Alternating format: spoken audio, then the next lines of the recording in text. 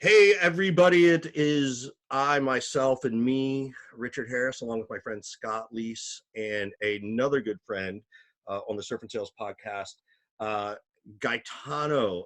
I'm just going to call him G because I don't want to mess up the last name. What is it? How do we pronounce it appropriately, Guy? G. If we were in Naples right now, you would say Gaetano DiNardi. Okay. Well, we wouldn't be able to do that in Naples right now because we're on lockdown. That's right. We just are not going to Naples, right? And you're not going anytime soon. So Exactly. if you want that pizza, you got to get it somewhere else. Fun fact, I'm just like a quick 45-minute boat ride or so, maybe an hour boat ride from Naples. My family's history is from Sicily and Castellamare. Beautiful. So we're from the same general neck of the woods historically. How did you get the name Leese then? Is Leese an Italian name? That's my dad's mutt name. Okay. my mom's maiden name is Di Gregorio. Okay. Oh, really? You should change it, Scott. No offense to your dad. Yeah, Scott Di Gregorio sounds kind of weird though. Nah, I don't know. Gaetano, pronounce it that way. You know, do your Italian accent. So Scott Di Gregorio. There you go. He says it perfectly. Gaetano, thanks for joining us. Gaetano, for those who don't know, is the director of demand gen at a company called Nextiva. Before that, he was running marketing for Sales Hacker. And now he used to live in New York. Now he's living in Miami, constantly working on that savage tan that he has. So we are very jealous of him. That nice olive skin, baby. Come on. Exactly. So Gaetano, just for context, why don't you do two things? Because this is, in theory, it's a sales podcast, but we love having marketing folks. One, define a little bit of what demand gen means, right? And if there's a difference between demand gen and lead gen. And then, of course, also first, maybe talk about what Nextiva does, just so people get a sense of where you're coming from as we have this conversation.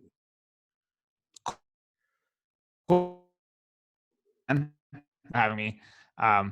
Obviously, I've known you guys both for a while and many years now, and it's awesome to be here. So thanks for thinking of me, and thanks for having me on. I don't take it lightly. So with Nextiva, it's a cloud communications company, and essentially we enable sales teams and support teams to communicate with each other and customers remotely or anywhere you do business. So the flagship product is digital phone service, voice over IP, business VoIP software, and we couple that together with some other tools. So we have a CRM offering as well. We have a survey and live chat offering as well. And the idea is that you could integrate with other systems, or if you want to consolidate and kind of scale down, you can do that as you have all these apps that get added into your tech stack.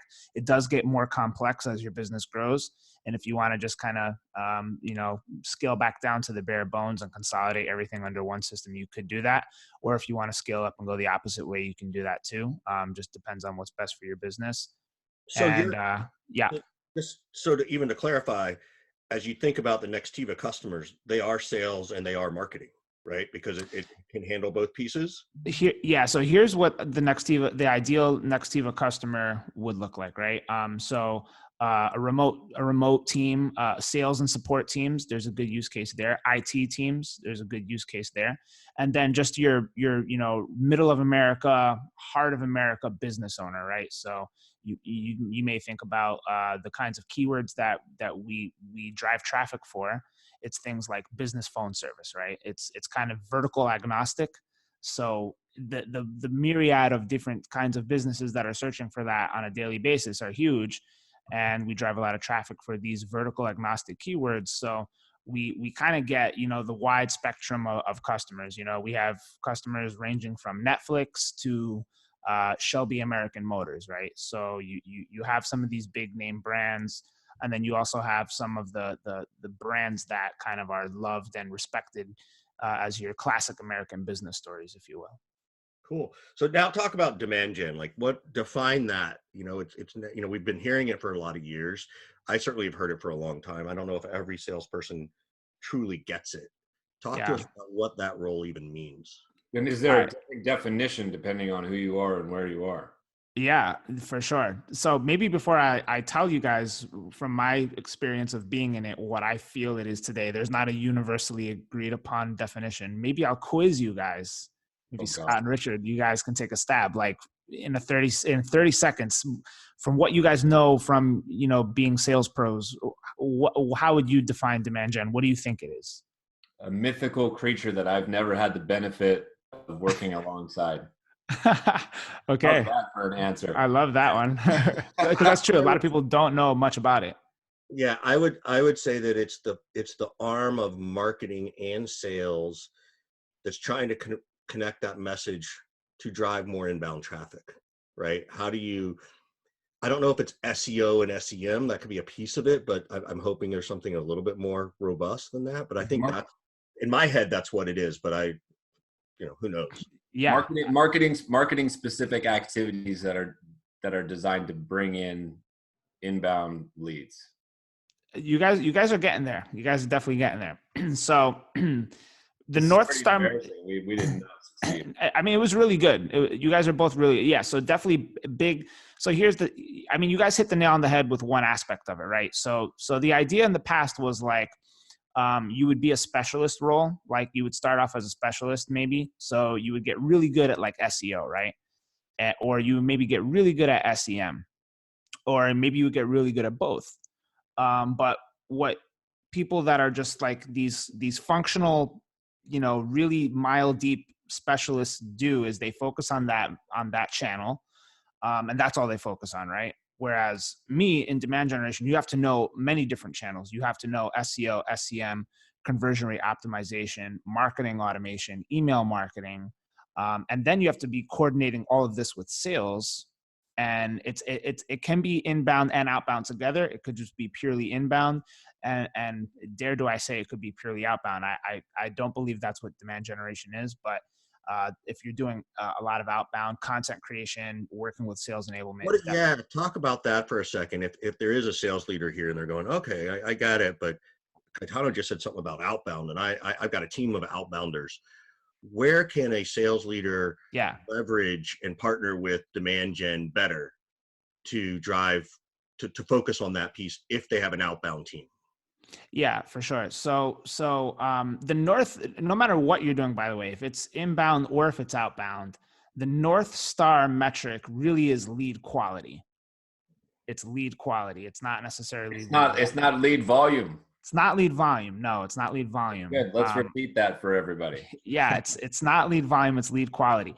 So if you're doing ABM, of course, this is all, it's a good mix of outbound. You may have some, social, right? You may even have some inbound if you're doing, like, let's say ABM plays that target a specific persona, right? Like, let's say your buyer is, directors of IT, and you're doing a lot of director of IT content or CTO or CIO content or whatever, VP of IT, you're going to optimize around these terms. And then those people are actually going to start searching that for when they have problems that they need to solve, et cetera, et cetera. But if you're doing outbound with demand generation, the biggest value that you get is you really have somebody who knows content strategy really well, messaging really well, copywriting really well, understanding of the audience sometimes even better than sales, right? Because sales kind of may get into this rhythm of just like, like we know these certain key points and we focus on these all the time, but they may not have a lot of the research and a lot of the.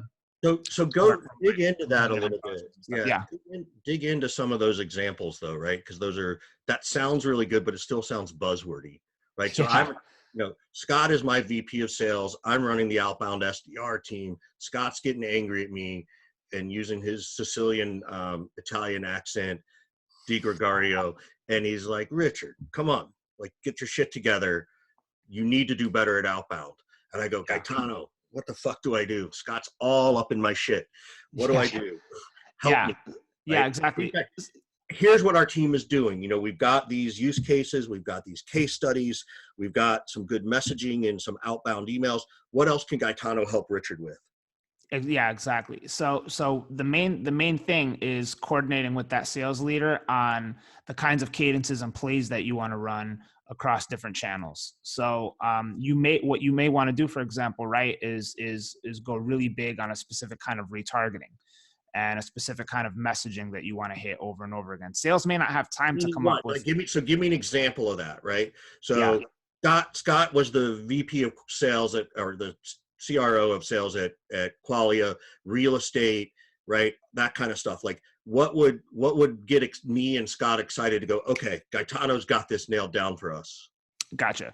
All right. So let's say you're doing this campaign, right, to financial services teams or financial services. That's the vertical you want to hit, right? You're going hard on financial services. You got your target accounts identified, and now you're like, okay, we don't know what message is working and what's not working. And when they get to these landing pages that we're ultimately funneling them to, what's happening on those landing pages? We have no idea. And that's where demand generation and sales can work together really closely. You guys can remove the hood and look at heat map data. You can actually look at what's happening on the page in real time when they're scrolling. Data? Define that phrase, heat map. Sure. So this is one of the most important things, I think, in demand generation and now even sales, is you need to see where the mouse is moving on the page. Where is there a lot of activity? Where are the clicks going? Where is there confusion? Where are people ignoring? What message and content is being ignored on a landing page, right? So you're doing all this work to get people to go to a landing page and check out your stuff, but there may be messaging and content on that page that's not relevant. Can I ask you a question here? So Sure. How closely is sales and marketing supposed to work together on these things? So for example, the content and the copy that's on the page, how much, if any, of that should be authored by the demand gen person versus the head of sales, or whatever the person's role is over there? Yeah. Right. Yeah. It should all be authored by marketing and demand gen, but it should be there should be a feedback loop with sales, right? Okay. So that feedback loop, like, what would you say is the optimal kind of cadence for that? Is this something where you and I are meeting once a month? Is it every day? How short should that loop be? How often should we be touching base? Yeah, I like a once a month cadence. I do that with my sales correspondence. I'm like, hey, here's some new landing page tests we have rolling out. Here's some new messaging we want to try. Here's some of the wins and losses from the tests we've been running. And then this is key. It's like, on your sales conversations, what features are you guys coming across a lot? Because we have so many features, right? Which ones are the most important? We have landing page tests that have like the whole gamut of features. And then we have some where we just highlight only the top few. And then there's some where we mix and mash, right? So that's where we need sales' help. Like, guys, where are you guys getting stuck on calls? What kinds of things are resonating with the buyers and what aren't? Like, and if we're talking about auto attendant and no one cares, we should probably. What's the best way for you to receive that feedback? Is this just like, I run a sales team. I have all my team, like, send me over notes and different features that are really clicking and hitting, and then I compile all these things and I just hand you the list. Is that a good way to do it? Is there a better way to give you this kind of feedback? Real tactically, like, what is the best way for the sales team to get this specific feedback into demand gen and marketing's hands in a digestible way that you can actually do something with? Yeah, the best way that we do it is we say, hey, we need like 2 or 3 reps who are like, really in the trenches with this stuff, who are really maybe the top closer, maybe someone who's like in the middle of the road somewhere, and then maybe one of the reps that just may have like a unique perspective or a unique approach to their closing, right, or to their sales process. Let's get a couple of different perspectives. Let's just get them in a room for 30 minutes and bounce ideas around. So that's it. Literally pull the frontline folks. That's it.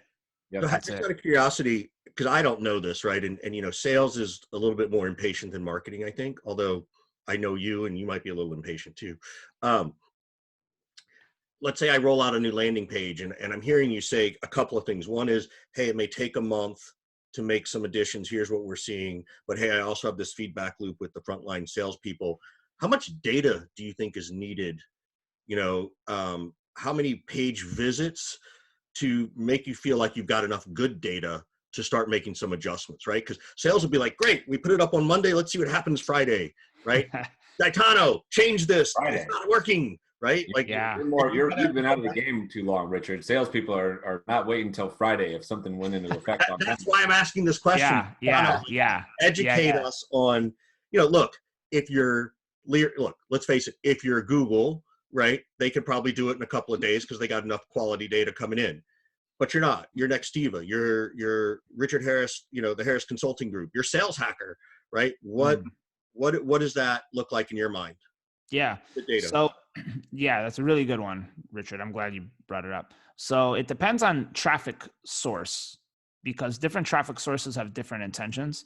So, for example, paid traffic, we know that's very high buying intent, and we can use a sample size calculator to estimate what the statistical significance would be. And sometimes we can get we can flood those pages with paid traffic and get to a result that we need much faster. What does that mean? Within days, within a week? Yeah, ideally what I like to aim for is 1,000 page visits to each variant that we're testing. That's like I think anybody would agree that's like a good amount of traffic to get. But think about this, right? If it's PPC traffic only, and it's $100 per click, so you're paying $100 per visit, and you need 1,000 of them. Oh man, that's going to be an expensive test, right? Damn. Yeah. So that's why you have to kind of monitor the test as it's happening and look at how the trend is. It's kind of like a horse race, and you got to just intuitively know sometimes. Okay, we have enough here to where we know what we wanted to validate has been validated. And we want to pull the plug on this early because it's a really expensive test. Define, just for example, on demand gen, right? And I know we're talking about a very specific use case of landing pages, and I know there could be others. Do you, aside from building the landing page, do you also try to create a hypothesis of, hey, here's the page, and here's what we want to see, and after a certain amount of time, whatever you decide is right, we're going to re-examine our hypothesis? Totally. Got it. So I want to pull back out of this. We always start with that. Yeah. And an example of one is, Oh, go ahead. Yeah, sure. So one of the most common ones is like, what is the hierarchy of information on a page? Do people want to see pricing right away? Or do they want to see features first? Or do they want to see a mix of social proof, feature, price, benefit? What's the order of information that people want to consume this content, right? The thing is, price is usually the most important thing in our world. So sometimes the thought is, if we put features at the top below the fold, if it's like headline, features, testimonial, price at the bottom, they'll just skip over the features, won't look at that, they'll just go right to the price. And then the other chicken or the egg situation is, well, if you have the price at the top and you have the features below that, they won't really look at the features. What about the people who don't put price anywhere? It's all hidden behind a gate. Right? I've never worked with a company that had that. You are aware that these companies exist and are prevalent, though, right? They are. And my thing is like, look, there's ways of finding out that price. That price is listed on an affiliate site somewhere, on a review site, whatever, on a site that you probably don't want to control that info. And it's probably going to be wrong in many cases. So my thing is like transparency first, but I don't know. I've never dealt with any of those companies. I'm sure you guys have in your consulting journeys. What do you guys usually tell those companies? Well, I say the same thing you do. I think transparency is best. I don't know why we're hiding behind the price tag. The price tag is what it is. I think the most common thing I see now is like core kind of pricing listed and then enterprise pricing. And it's just this mythical thing. Nobody talks about because, you don't want to sticker shock somebody, but you also want flexibility to like jack the price way up and all this kind of stuff. But there's a lot of companies that have no pricing anywhere. Big companies too, that we all know of, right? Yes. Yeah, we see them all the time. I want to come out of this rabbit hole. This has been good though, because it's a good use case. And I want to know a little bit more about Gaetano, right? Where'd you start? Like I call you the Renaissance man. For those who don't know, um, I don't know if this is true, but I would say your first passion may have been music. And I know you still play a lot of instruments and you like to perform. You can probably YouTube and find some amazing stuff that Gaetano's done. He's done some fun videos. He hasn't asked me to be in them yet because he doesn't need a middle-aged white man, but hopefully one day he so We need you. We'll get you in there. uh, but where'd you grow up? Yeah. What's it like for you? When did you decide you wanted to go into business? Were you a kid who did stuff? Were you ever into sales and then converted to marketing? Like, what's Gaetano's origin story? Yeah. Well, thanks for bringing that up, man. So I grew up in New York City, raised in Brooklyn. And then I've actually lived in every borough of New York City other than Staten Island, which is hilarious. No one gives Staten Island much love, but yeah. So I grew up in New York City, and music was always my first passion. Play guitar, play piano, play drums, play bass, produce a lot of music as well. And when I was in college, I started blogging about my music industry experiences. And I started blogging about music companies that were taking advantage of up and coming musicians. And then I realized that those articles were getting widely circulated and getting a lot of traffic by accident. And I installed Google Analytics one day just for the hell of it. And I looked at the data and I'm like, wow, like there's people commenting on this. That's how I figured it out, because I was getting like hundreds of comments from people that I had no idea who they were. And this is back in like 2011. So then I realized, wow, people are finding this through search engine because they're searching, is company XYZ legit? Ripping me off. Or, yeah. Or is company XYZ a scam? Or company XYZ reviews? And they were finding my articles. And then people were discovering my music through that. And I'm like, oh man, I like the idea of people finding my shit without me having to promote it. That's actually pretty cool. And then when I realized what it was, man, this is like search engine stuff. And I wasn't great at it back then because I just fell into it by accident.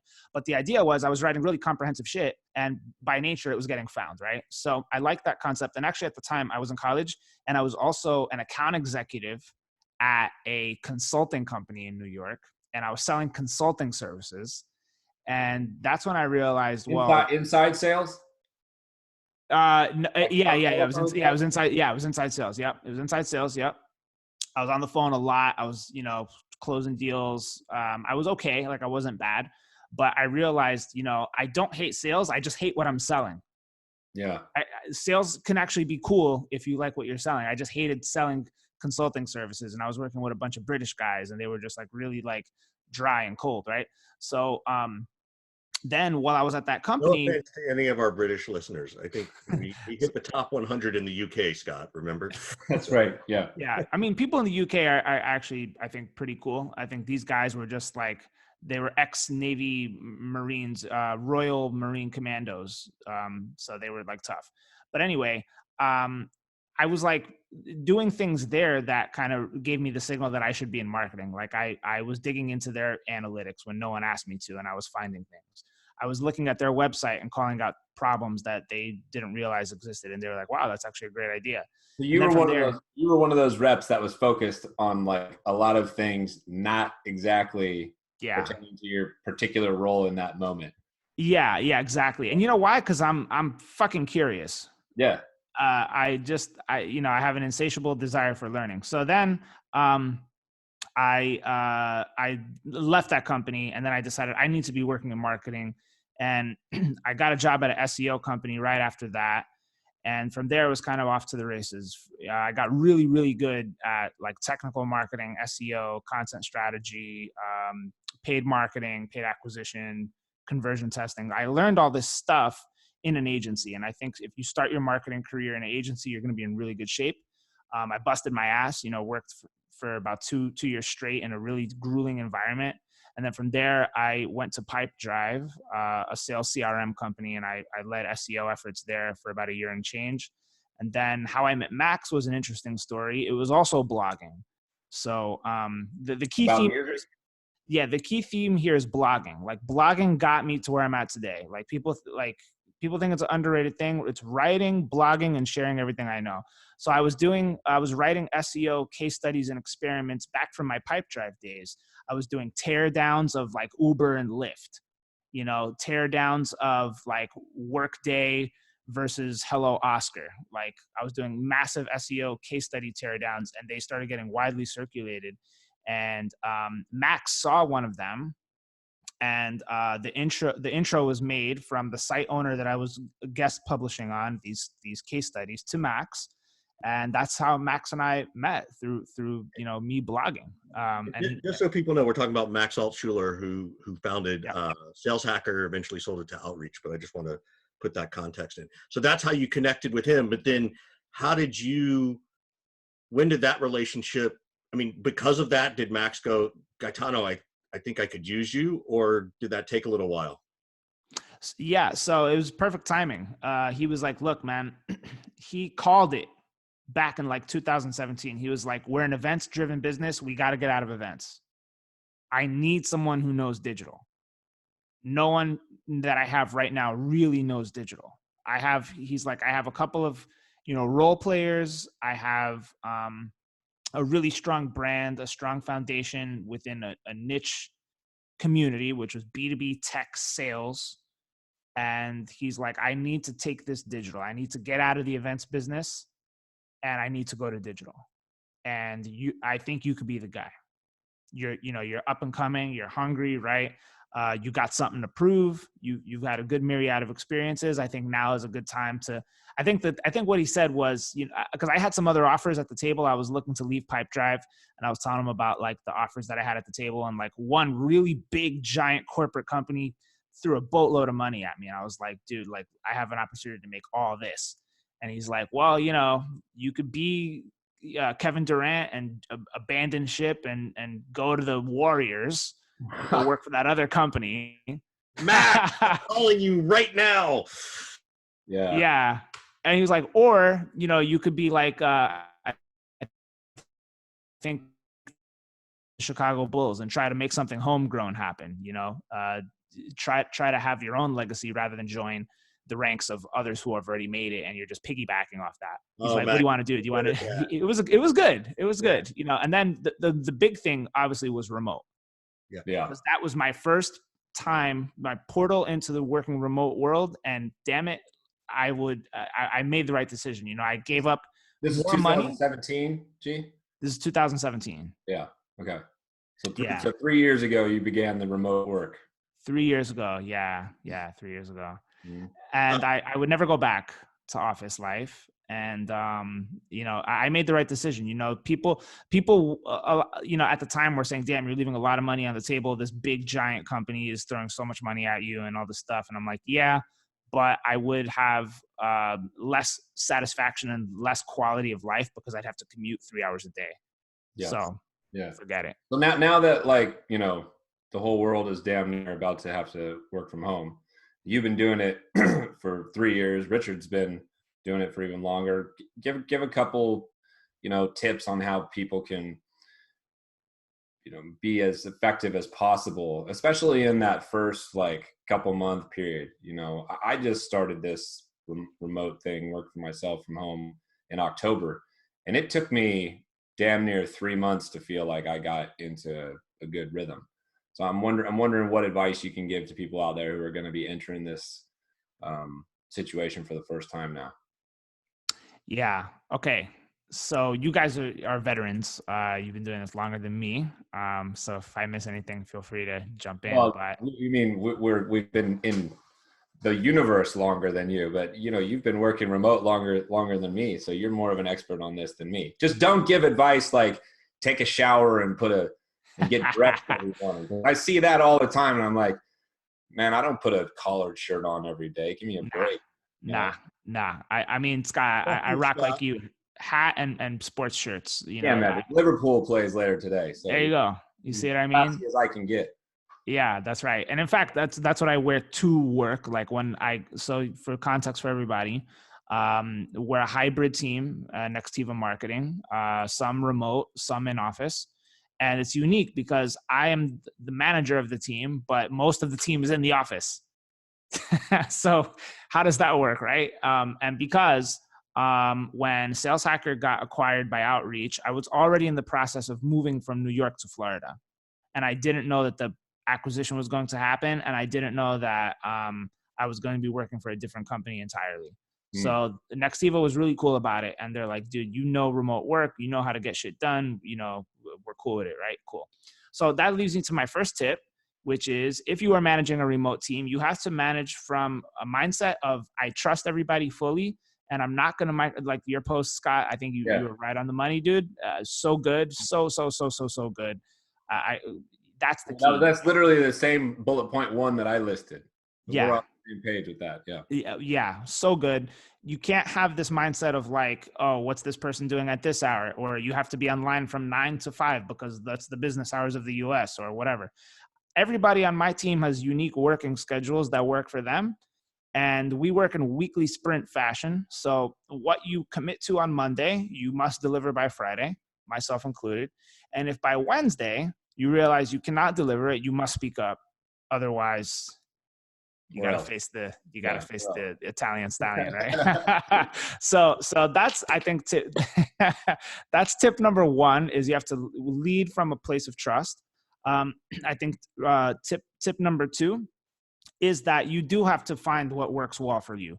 If it's a coffee shop and you like the busyness of it and you're able to kind of zone out because zone in because you're in a coffee shop, that's great. If you like working from your bedroom like me, that's great. If you like traveling around, I probably wouldn't recommend that right now, but if you like doing that, that's great.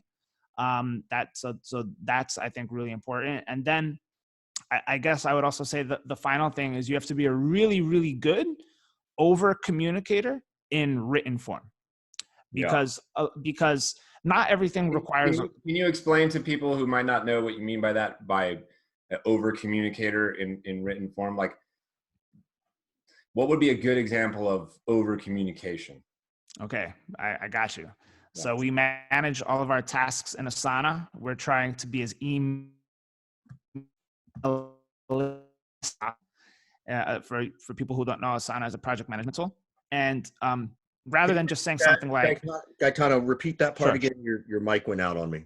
Sure. So Asana is a project management tool. And we're trying to be as email-less as possible. So keeping all task-oriented communication within a project management tool within the appropriate task or project. So it's fewer emails. We try not to do anything through email. Yeah. Not, unless it's like, I don't even know what an example might be. Like, hey, I'm going to be, offline for a few hours today or something like that. Right. Like, I guess that's fine. But it wouldn't be like, hey, we have a landing page problem and we have to fix it. We would never do that through like chat or, we keep that in the project management tool. So an example of over communicating might be, giving context around why this is a problem, right? Because there's a lot of different people who see stuff, like our marketing operations director. He may just want to know, like, he sees a lot of the stuff that happens. That's the other cool thing about the project management tool is there's a lot of transparency. Anybody can look at anything, see what anyone's working on, like, and that's another beauty of remote work is like, not everything's in a vacuum, right? With these project management tools, not everything's so easy to see what everyone's working on, what everyone has capacity to do, what the sprint looks like, what the workflow looks like, what everyone's utilization levels are. It's great.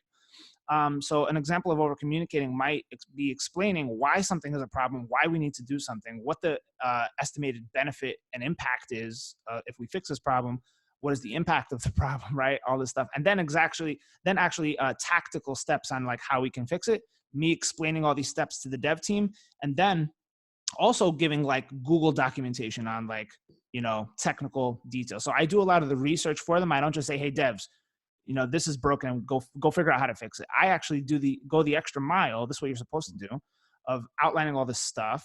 And people say, this takes too much time. I don't want to do it. But if you don't do it, it could be misinterpreted. It could be done wrong. You have to go back and do it again. Or it could take forever to get it done. take forever to get it done because they don't understand what you're asking for, right? The key thing is like, you should never have anyone come back and say, I need more context. I need more clarity.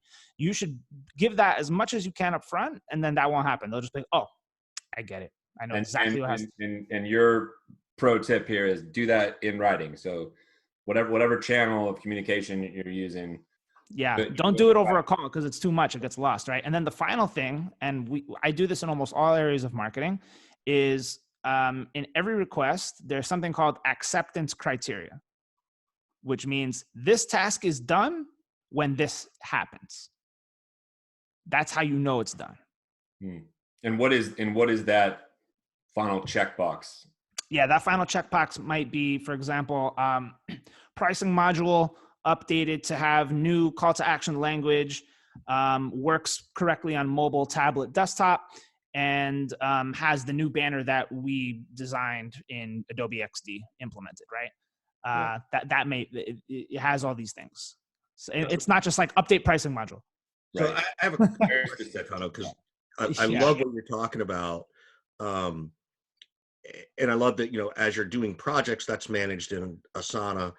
Just out of curiosity, how many internal work emails do you get daily versus what you see in Asana every day? I'm just curious because I see companies where, there's 30 inbound, there's 30 emails. And I love this approach you're saying of like, look, the communication happens in the platform where the decisions are being made, not some generic Slack or email all-inclusive inbox, right? So I'm just curious, like, what kind of results have you seen out of that?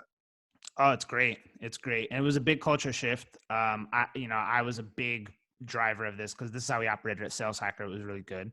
But I would say the ratio of communication on Asana. No wonder you never responded to my fucking emails. Nobody told me about that. How to get you in Asana, baby. Communication when we were working together. Yeah. So the ratio is typically like 1 to 10.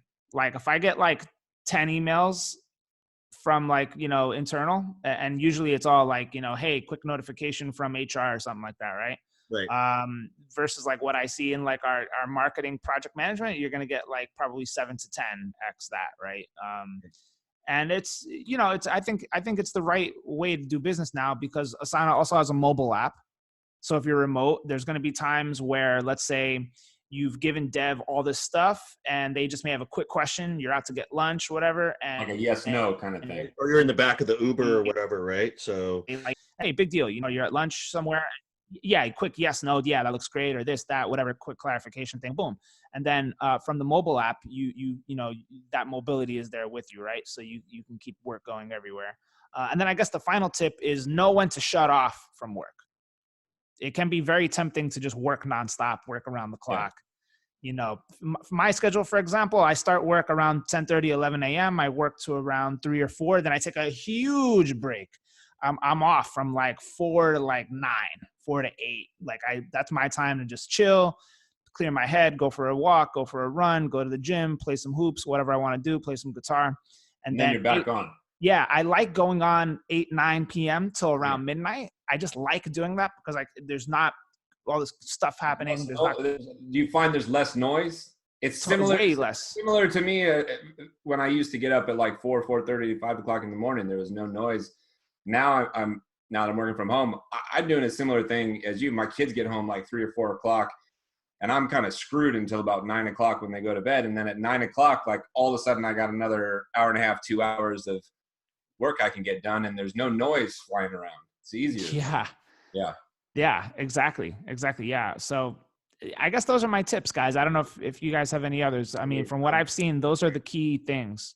Yeah. So we got 2 more questions. One Scott doesn't even know about, and then we'll go to our standard last question. I never know what the hell you're going to ask. I know, because I'm going to throw you under the bus. But I think it's an interesting play is that I remember, having started to work with Gaetano a couple of years ago at Sales Hacker, and Scott was starting to dabble in this consulting and writing some extra stuff and trying to figure out what he was going. And I was like, oh, Gaetano, you need to meet Scott. Scott, you need to meet Gaetano. Scott, you should write some shit for Sales Hacker. And somehow the communication wasn't going well because Scott goes, this fucker Gaetano, who the hell is he? Oh, yeah. I do remember that. Oh, yeah. and I'm not doing it from the place of where, yes, the uncomfortable is funny here on a podcast, but I also think it speaks a lot to, okay, there's a new demand gen, there's a new marketing person, there's a new salesperson, both coming together. How do two people come together and figure shit out, right? Because we both walk in with these egos. We all walk in with this guy doesn't know what they're talking about from a sales perspective. This guy doesn't know what we're talking about from a marketing perspective. Like, so I'm just curious, like in y'all's relationship, because I know it happened offline, at least not with me around. How did you guys finally start to trust each other? That might be the best question. How does sales and marketing start to trust each other better? Yeah. Oh man. Cocktails. Yeah. I mean, I think Scott's right. There is like an element of like, we should bond outside of work. That certainly helps. But I think it's just working together. The bigger the gap between, the meetings. I'm not saying you have to meet. You have to find a good cadence. Like that's what I think it comes down to. You have to find a good rhythm of what is enough communication for both sides. And if you're just constantly working together and keeping those lines of communication going, and results are coming in, and you're striving toward a common goal, and you're testing things like, we're testing things all the time at Nextiva between marketing and sales. We're testing, for example, okay, when an MQL comes in, let's try it to where marketing gets out of the picture, where sales just takes it all. Our VP of sales like, yeah, we want to try a 14-day SLA instead of a 7-day SLA, for example, right? So we're constantly testing and trying different things, and I think that's cool. Like I think that's what sales and marketing working together should be. And I think the more you guys work together, and the more experimentation and learnings that come out of it, it's just going to be a better all-around relationship. And I think that's really just what it comes down to. One of the challenges that I've always found is like you're supposed to build this relationship with your team and your people and get to know them and know what makes them tick. And you've got plenty of time and opportunity to do that when you're running a sales organization. But all of a sudden you add marketing team in and they just throw Gaetano and I together and expect us to be able to work perfectly and seamlessly, right? Like, dude, this is not an arranged marriage, okay? Where we're just expected to. Well, actually, it is an arranged marriage. Yeah. Yeah, it's an arranged marriage, and that it's not gonna work, right? And so, to me, I build trust basically in two different ways. I need to understand who this person is, where they come from, where their heart's at, what their intentions are, where they're strong or weak, or what they're dealing with, and all this kind of thing. And I can't do that when you just throw me into the mix with some. My dogs are about to go nuts right now, by the way. Don't worry about it. We can't hear them. Okay, well, they just bark like mad. So I can't do that. So I'm kidding about getting drinks with somebody, but like in order for Gaetano and I to work better, like I have to know more about him and where he's coming from and start to have some kind of relationship. And if I don't have that, you build trust with me by speed of execution and speed of response. So like when I first met Gaetano, like I didn't know all this stuff that I know now about, all the different like channels of communication and like persona and whatnot. I sure as shit didn't say to him, like, should I text you? Should I email you? Should I Slack you? I don't even know if that was a thing back then, but right. So like I couldn't get a hold of him. So like, I just remember like being introed by Max and by you, and like this arrangement started to happen. I'm like, who the fuck is this guy? Like, we just got introduced by two mutual people, and like, I can't get a hold of this dude, right? So those are the ways to build trust for me. Is if I don't have that relationship, like I just try to get shit done as fast as humanly possible, because you might not know me, but now you know me because I'm reliable and I do what I said I was gonna do, right? And from that place, the relationship can start to build if I don't have time to spend with that person kind of, offline, right? So that's kind of my perspective, a little bit different take maybe. I think you nailed it, Scott, as usual, right? Like Scott's that psychology degree behind him, right? So he's always a thinker. Yeah. It's on the wall. Yeah, right I agree, man. I think, so I think at that time, I remember exactly what we were talking about. Richard was helping Scott get intro to Sales Hacker to write some stuff for the blog. And I think the context was, Scott he just released his book, and he wants to take some content from the book, maybe repurpose it, help get the word out about the book. And I think what happened that very week was like, I was just having a bad week actually.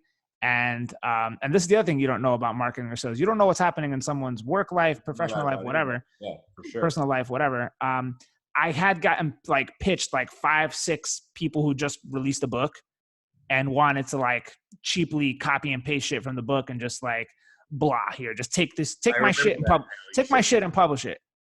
You know, and I think I was just like annoyed at the whole, hey, I just released a book thing. And like my mind was like already going numb to people who have like written books recently. Yeah.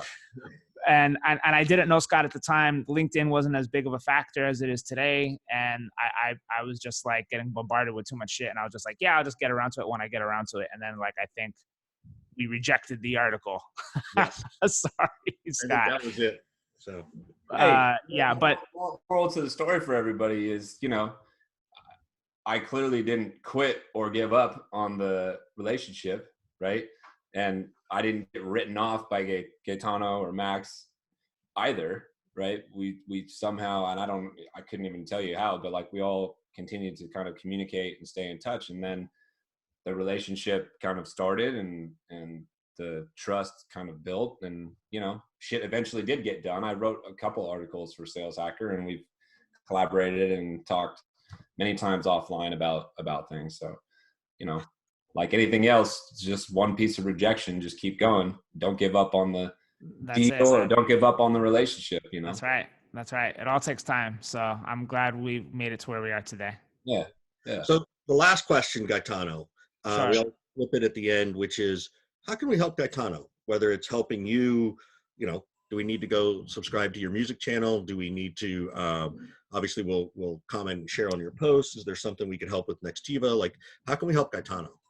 Man, first of all, I appreciate the question. You guys are helping me already, just having me here, you know, welcoming my ideas and thoughts to your audience. That for sure is great. I would just say, you know, I have a podcast that's launching. It is launched, actually. I only have the intro episode up right now, but it's the Musicians in Tech podcast. All so right. if you want, nice. Yeah. So you can just search it and you'll find it. The Musicians in Tech podcast. You can subscribe, and then the episodes are going to be cool. Well, you can interview me about how not to be a good. If you want to learn more about how the music. I mean, it would be cool to interview people like you and Scott for that audience, right? To get this side of it, because, you know, here's who we interview. Fun fact that nobody knows about me. Yes, I've been in multiple bands.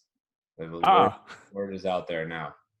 Well, maybe we need to untap that, but yeah. So you know, if you're a music producer in the music business and you've done cool shit and you have some good accolades under your belt, we interview people like that and just talk about their success stories and talk about how technology is enabling them to advance their careers.